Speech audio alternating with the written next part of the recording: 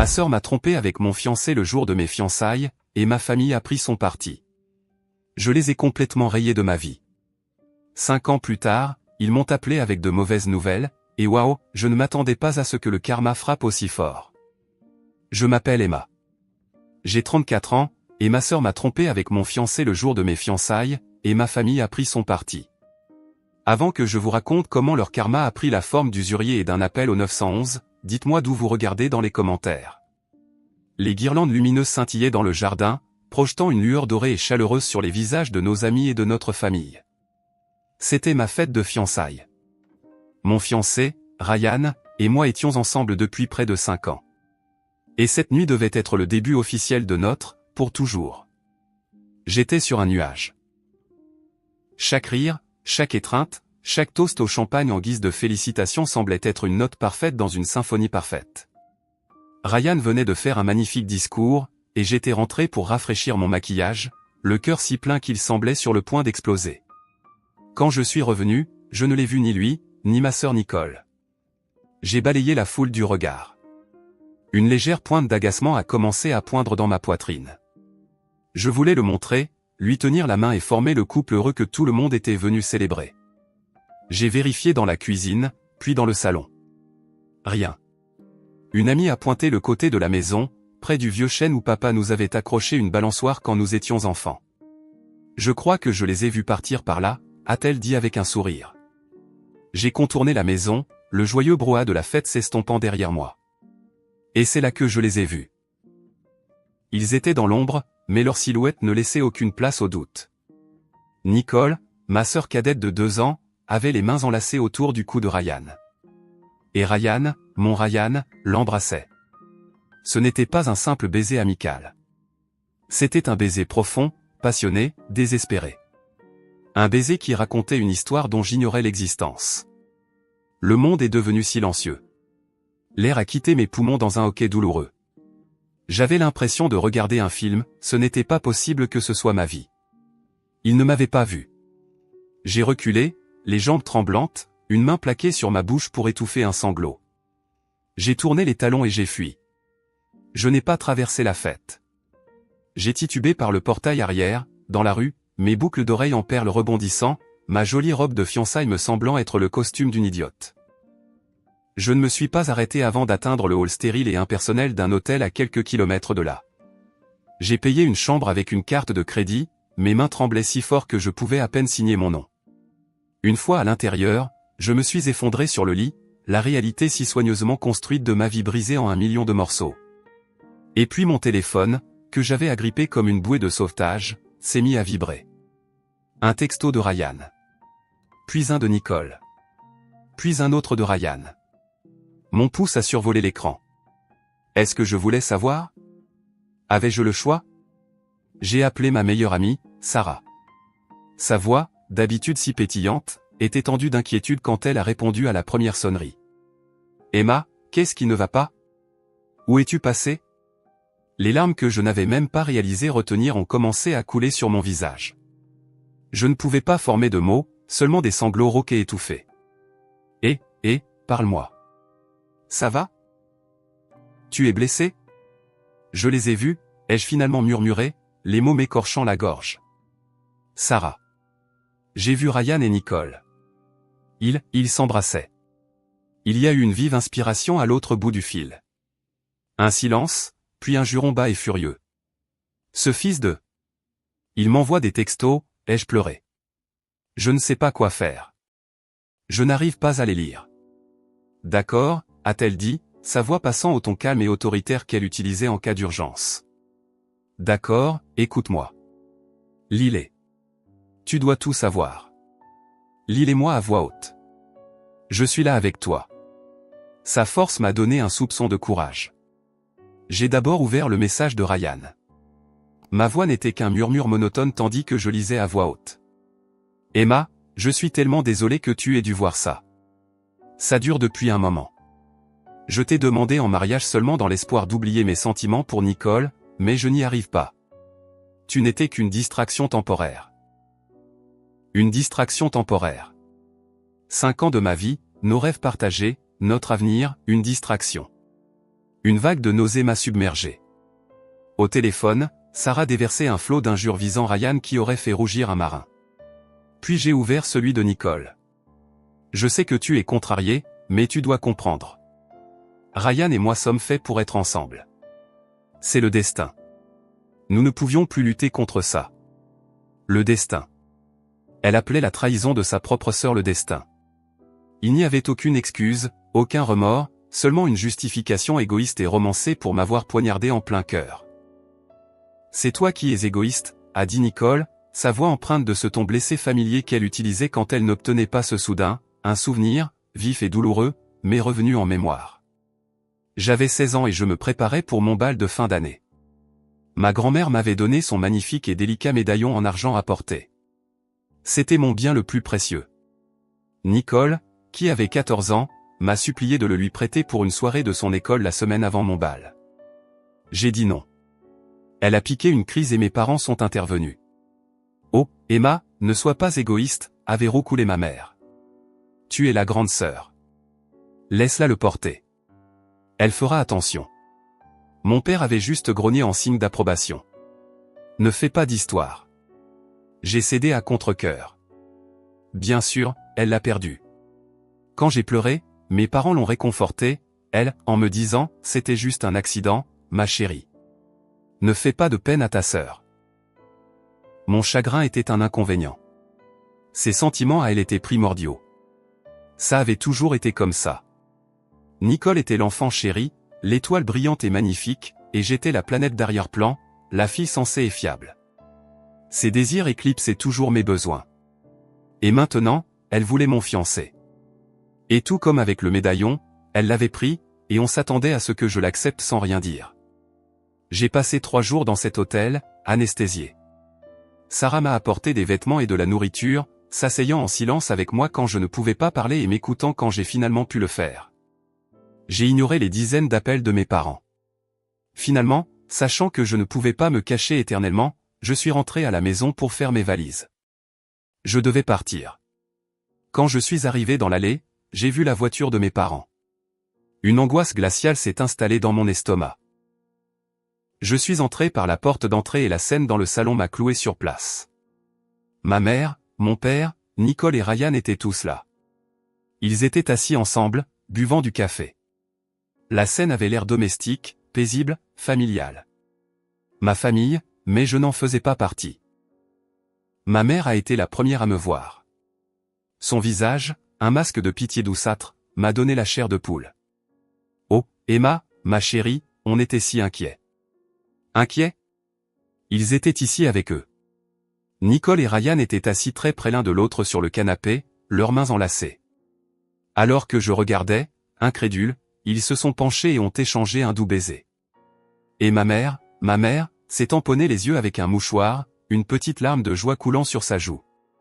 N'est-ce pas merveilleux, a-t-elle dit, la voix chargée d'émotion. Qu'ils se soient trouvés. Je l'ai regardé fixement, mon esprit luttant pour comprendre la folie pure de ce moment. Merveilleux, ai-je finalement réussi à articuler. Il était mon fiancé 30 minutes avant de l'embrasser à notre fête de fiançailles. Tu trouves ça merveilleux? Mon père s'est levé, le visage sévère. Le regard qu'il me lançait toujours quand j'étais difficile. Ça suffit, Emma. Arrête de te comporter comme une enfant. Ce qui est fait est fait. Ta sœur est heureuse. Tu devrais être heureuse pour elle. Heureuse pour elle? Ma voix s'est élevée, tremblant d'une rage qui perçait enfin à travers le choc. Elle a fait exploser ma vie. Il a fait exploser ma vie. Et vous êtes assis là à célébrer. Qu'est-ce qui ne va pas chez vous? Qu'elle voulait. Tu essaies juste de tout gâcher pour moi parce que tu es jalouse. C'en était trop. C'est à ce moment-là que quelque chose en moi a craqué. Les années à être mises de côté, à voir mes sentiments invalidés, à m'entendre dire d'être la plus intelligente, tout cela a convergé en un unique point de lumière clarificateur. Il ne me verrait jamais. Il ne me choisirait jamais. Je n'ai pas crié. Je n'ai pas pleuré. Je me suis retourné sans un mot de plus, je suis monté dans ma chambre et j'ai sorti ma plus grande valise. J'ai fait mes bagages méthodiquement, vêtements, livres, articles de toilette. J'ai emballé les photos de mes amis et j'ai laissé les albums de famille sur l'étagère. Pendant tout ce temps, j'entendais leurs voix étouffées en bas. Ils ne montaient pas pour m'arrêter. Ils discutaient probablement de mon comportement dramatique. Quand j'ai eu fini, j'ai traîné ma valise en bas des escaliers. Ils m'ont tous regardé fixement alors que je me dirigeais vers la porte d'entrée. « Et où crois-tu aller comme ça ?» a exigé mon père. Je me suis arrêté, la main sur la poignée de la porte, et j'ai regardé par-dessus mon épaule les 4 personnes qui étaient censées être mon monde. « J'espère que vous serez tous très heureux ensemble », ai-je dit, ma voix étrangement calme. « Au revoir. » Je suis sorti, j'ai refermé la porte derrière moi et je n'ai jamais regardé en arrière. Cette nuit-là, j'ai bloqué leur numéro. Tous. Quelques semaines plus tard, une épaisse invitation de mariage couleur crème est arrivée à l'appartement de Sarah où je logeais. Je l'ai jetée à la poubelle sans l'ouvrir. Beaucoup de nos amis communs et même certains de mes propres parents, après avoir entendu toute l'histoire, étaient dégoûtés. Ils ont pris mon parti. Eux aussi ont cessé de parler à ma famille. La façade de famille parfaite que mes parents avaient mis tant d'efforts à maintenir avait commencé à s'effriter. Mais je n'en connaissais pas l'ampleur. Et je m'en fichais. J'étais trop occupé à construire une nouvelle vie sur les cendres de l'ancienne. La première année a été la plus dure. Il y avait des jours où je me réveillais dans mon minuscule studio et la solitude était un poids physique sur ma poitrine. L'idée de ma famille me manquait, celle que je croyais avoir. Les dîners du dimanche et les traditions des fêtes me manquaient, même les plus dysfonctionnelles. J'ai déversé tout ce chagrin et cette colère dans mon travail. J'étais assistante marketing junior dans une petite entreprise, et j'ai décidé que je n'allais pas seulement être bonne dans mon travail, j'allais être la meilleure. Je restais tard. J'acceptais les projets que personne d'autre ne voulait. J'ai appris, j'ai grandi, et j'ai commencé à gravir les échelons. En 2 ans, j'ai obtenu une promotion importante. Le nouveau salaire m'a permis de quitter le minuscule studio pour un magnifique appartement d'une chambre dans un immeuble moderne et sécurisé du centre-ville. C'était mon sanctuaire. Pour la première fois, je me sentais en sécurité. J'ai commencé à me faire de nouveaux amis, à découvrir de nouveaux passe-temps. Je construisais une vie qui m'appartenait entièrement, selon mes propres termes, libéré de l'ombre des attentes de ma famille et des besoins sans fin de Nicole. 5 ans ont passé. 5 ans de silence, 5 ans de paix. J'avais 34 ans, j'étais directrice marketing senior dans une plus grande entreprise, confiante et heureuse. La douleur de la trahison s'était estompée, passant d'une plaie vive et ouverte à une fine cicatrice argentée. Le rappel d'une bataille que j'avais menée et gagnée. Je ne pensais presque plus à eux. C'étaient des fantômes d'une autre vie. Puis, un mardi soir, mon téléphone a sonné. C'était un numéro inconnu. J'ai failli l'ignorer, mais quelque chose m'a poussé à répondre. « Allô, Emma ?» La voix était hésitante, fragile. Il m'a fallu une seconde pour la reconnaître. C'était ma mère. Mon sang s'est glacé. 5 ans de silence et maintenant ça. « Qu'est-ce que tu veux ?» ai-je demandé, la voix neutre. « Oh, Emma, Dieu merci. J'ai besoin de ton aide. » C'est Nicole. Bien sûr que c'était elle. Tout a toujours tourné autour de Nicole. « Je dois y aller, » dis-je, prête à raccrocher. « Non, s'il te plaît. » Sa voix s'est brisée de désespoir. « S'il te plaît, écoute-moi. Ils ont de gros problèmes. » Elle m'a raconté l'histoire d'une traite, frénétique et décousue. Après leur mariage, Ryan et Nicole avaient utilisé l'argent reçu en cadeau de mariage pour lancer une entreprise de conseil. Elle avait fait une faillite catastrophique. Ils avaient contracté des prêts personnels, maximisé leur carte de crédit, puis, dans un dernier acte de stupidité, avaient emprunté de l'argent à des usuriers. Maintenant, ils avaient 90 000 $ de dettes. Et les gens à qui ils devaient de l'argent n'étaient pas du genre indulgent. Ils les menaçaient. Tout le monde a contribué autant qu'il le pouvait, sanglota ma mère. Ton père et moi avons vidé nos économies. On a même pioché dans le fonds d'études qu'on avait mis de côté pour tes futurs enfants. On pensait, on espérait. Pourrais-tu aider? On a juste besoin que ces hommes leur lâchent la grappe. Je me tenais au milieu de mon magnifique et paisible salon, les lumières de la ville scintillant à l'extérieur de ma fenêtre, et j'ai failli rire. L'audace, le culot pur et simple. Après 5 ans de silence, la première fois qu'ils me contactent, c'est pour me demander, à moi, la fille qu'ils ont rejetée, de renflouer l'enfant chéri qui avait ruiné ma vie. Non, ai-je dit. Le mot était calme, mais solide comme de l'acier. Quoi, a-t-elle murmuré, comme si elle n'avait pas bien entendu. Non, ai-je répété, plus fort cette fois. La réponse est non. Nicole et Ryan ont fait leur choix il y a longtemps. Ils peuvent en assumer les conséquences. Mais c'est la famille, a-t-elle pleuré. Comment peux-tu être si cruel? C'est une question de vengeance, n'est-ce pas? Non, ce n'est pas une question de vengeance, dis-je, ma voix dangereusement calme. C'est une question de limite. Je ne vais pas m'immoler par le feu pour les garder au chaud. Ils ont perdu le droit de me demander quoi que ce soit il y a 5 ans, à ma fête de fiançailles. Au revoir. J'ai raccroché et j'ai immédiatement bloqué le numéro. Mes mains tremblaient, mais pas de peur. C'était l'adrénaline d'avoir enfin, définitivement, fermé cette porte. Je pensais que c'était la fin de l'histoire. J'avais tellement tort. 30 minutes plus tard, l'interphone de mon appartement a sonné stridemment. J'ai vérifié la vidéo sur l'interphone et mon cœur s'est arrêté. C'étaient eux, Nicole et Ryan, debout dans le hall lumineux de mon immeuble. Ils avaient l'air épouvantables. Ryan était décharné, ses yeux furetés nerveusement. Nicole avait l'air hagard, ses vêtements de marque froissés, son visage pâle de désespoir. Elle a appuyé sur le bouton de mon appartement encore et encore. Je n'ai pas répondu. Je l'ai regardé se mettre à crier mon nom au concierge qui lui disait calmement qu'il ne pouvait pas la laisser monter sans ma permission. Puis j'ai vu quelque chose qui m'a noué l'estomac. Ryan a sorti un fin morceau de métal de sa poche, un crochet, et a commencé à tripoter la serrure de la porte principale.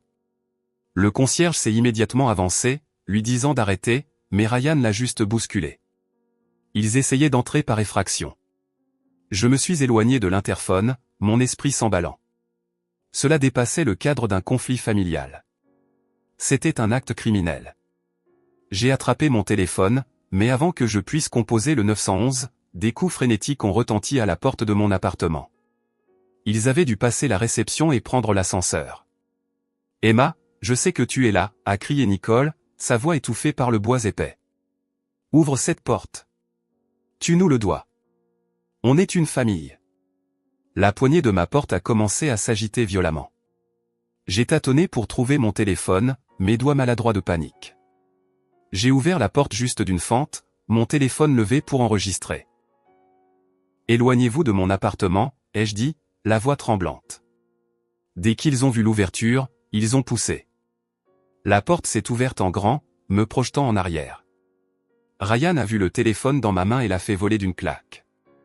Il a glissé sur le parquet. « Pas de téléphone », a-t-il grondé, les yeux fous.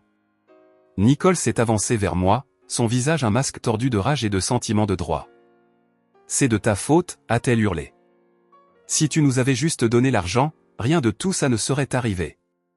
Tu dois nous aider. Tu me le dois. » Elle m'a poussé violemment et j'ai reculé en titubant, heurtant le mur.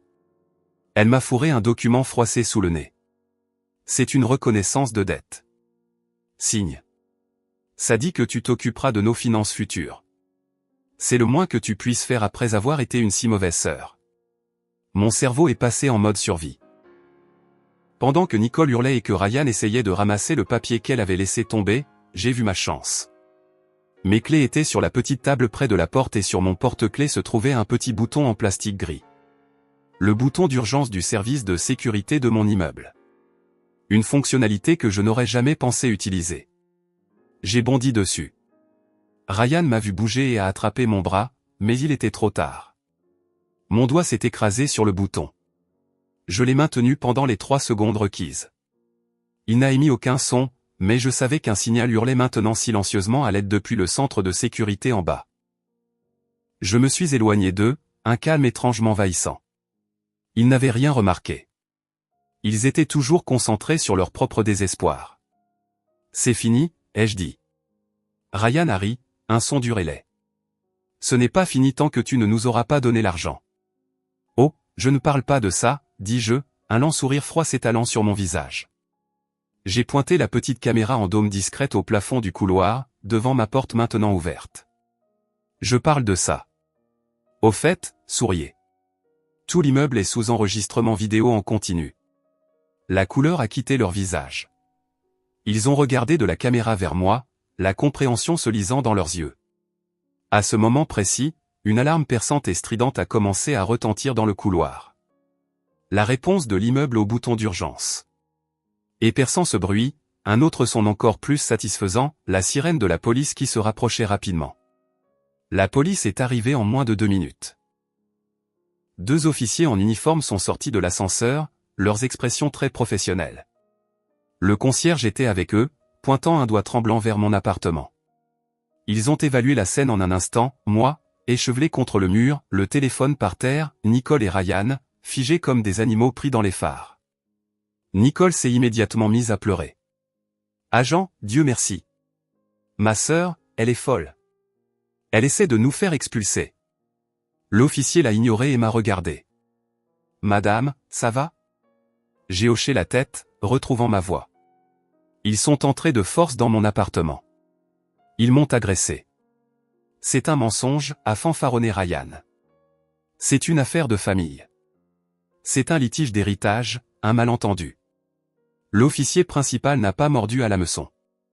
Monsieur, votre affaire de famille vous a amené à tenter de contourner la sécurité de l'immeuble et à bousculer un membre de mon personnel, a objecté le concierge. Nous avons tout en vidéo. C'était le dernier clou dans leur cercueil. Le combat les a quittés. Alors que les officiers leur passaient les menottes et leur lisaient leurs droits, Nicole n'arrêtait pas de me regarder, les yeux suppliants. Emma, s'il te plaît, dis-leur d'arrêter. Tu ne peux pas me faire ça. Je suis ta sœur. Je l'ai juste regardée, cette femme qui avait volé mon fiancé, célébrer ma douleur, puis essayer de me rejeter la faute de ses propres échecs catastrophiques. Et je n'ai rien ressenti. Juste un vide immense et silencieux là où mon amour pour elle se trouvait autrefois. Je les ai regardés être conduits dans l'ascenseur et, pour la première fois en 5 ans, je me suis senti vraiment, complètement libre. Une semaine plus tard, ma sonnette a retenti. Cette fois, sur l'écran vidéo, j'ai vu mes parents. Ils avaient l'air vaincus, plus âgés. Je les ai laissés entrer. Ils se tenaient maladroitement dans mon entrée, regardant la vie que j'avais construite sans eux. Mon père, un homme que je n'avais jamais vu pleurer, avait les larmes aux yeux. Nous avons eu tort, Emma, a-t-il dit, la voix pâteuse. Nous avons eu tellement tort. Après l'arrestation, le téléphone a commencé à sonner, a ajouté ma mère, d'une voix monotone. Ta tante Carole, de vieux amis, ils avaient entendu ce qui s'était passé. Ils avaient honte de nous. Ils ont dit que nous t'avions laissé tomber. Et ils avaient raison. Nous avons vu ce que tout le monde voyait depuis le début. Nous sommes tellement désolés. Ils l'avaient enfin vu. Non pas parce qu'ils avaient eu une révélation morale, mais parce que leur image publique, la chose qu'ils appréciaient par-dessus tout, avait été brisée. Leurs excuses n'étaient pas pour moi. C'était pour eux. J'ai pris une profonde inspiration. L'ancienne Emma aurait pleuré, aurait accepté les excuses parce qu'elle était affamée de leur approbation. Mais l'ancienne Emma avait disparu. Je vous entends, ai-je dit, ma voix douce mais ferme. Et je comprends. Vous n'êtes pas désolé pour ce que vous avez fait. Vous êtes désolé de vous être fait prendre. Vous êtes désolé de l'image que cela renvoie de vous. Ils ont ouvert la bouche pour protester, mais j'ai levé la main. C'est bon. J'accepte vos excuses. Pas pour vous, mais pour moi, pour que je puisse enfin en finir avec tout ça. Je vous pardonne pour pouvoir laisser tomber. Je les ai regardés tous les deux dans les yeux. Mais pardonner ne veut pas dire oublier. Et ça ne veut pas dire qu'on peut revenir en arrière. Cette porte est fermée. La personne que vous connaissiez a disparu. Je les ai accompagnés à la porte. Ils n'ont pas discuté. Il n'y avait plus rien à dire. 6 mois plus tard, j'organisais un petit dîner dans mon appartement. Mes invités étaient Sarah et quelques autres amis proches, ma vraie famille, ma famille choisie. Nous rions de quelque chose de stupide, le son résonnant dans l'espace chaleureux et heureux que j'avais créé pour moi. Sarah a levé son verre. À Emma, a-t-elle dit, les yeux brillants. Qui a construit son propre château, avec douve et tout le reste. Plus tard dans la nuit, après que tout le monde soit parti, je me tenais sur mon balcon, regardant les lumières de la ville. J'ai pensé à eux. J'ai appris par des on-dit que Nicole et Ryan avaient évité la prison. Mais leur accord de plaidoyer impliquait de voir un avocat commis d'office et de déclarer faillite. Ils ont dû tout vendre et emménager chez mes parents. Leur vie parfaite avait implosé. Je n'ai ressenti aucune joie face à leur malheur. Juste du calme. J'ai pensé à la famille que j'avais perdue. Et pendant un instant, une pointe de tristesse familière m'a frappé. Mais elle a été fugace, comme un nuage passant devant la lune. Elle a été remplacée par un sentiment de paix profond et inébranlable. Ma valeur n'était pas liée à leur approbation. Mon bonheur ne dépendait pas de leur amour. J'avais tout trouvé par moi-même. Je suis rentré et j'ai tourné le pêne dormant de ma porte. Le clic final et solide n'était plus un son de peur. C'était le son d'un sanctuaire. Le son d'une vie qui était enfin et complètement la mienne. Merci beaucoup d'avoir écouté mon histoire. Ce fut un long et douloureux voyage, mais j'en suis sorti plus forte. Ma question pour vous tous est, avez-vous déjà dû couper les ponts avec un membre de votre famille toxique pour protéger votre propre paix intérieure? Faites-moi part de vos expériences dans les commentaires ci-dessous. Et si mon histoire a résonné en vous, n'hésitez pas à aimer cette vidéo et à vous abonner pour en voir plus.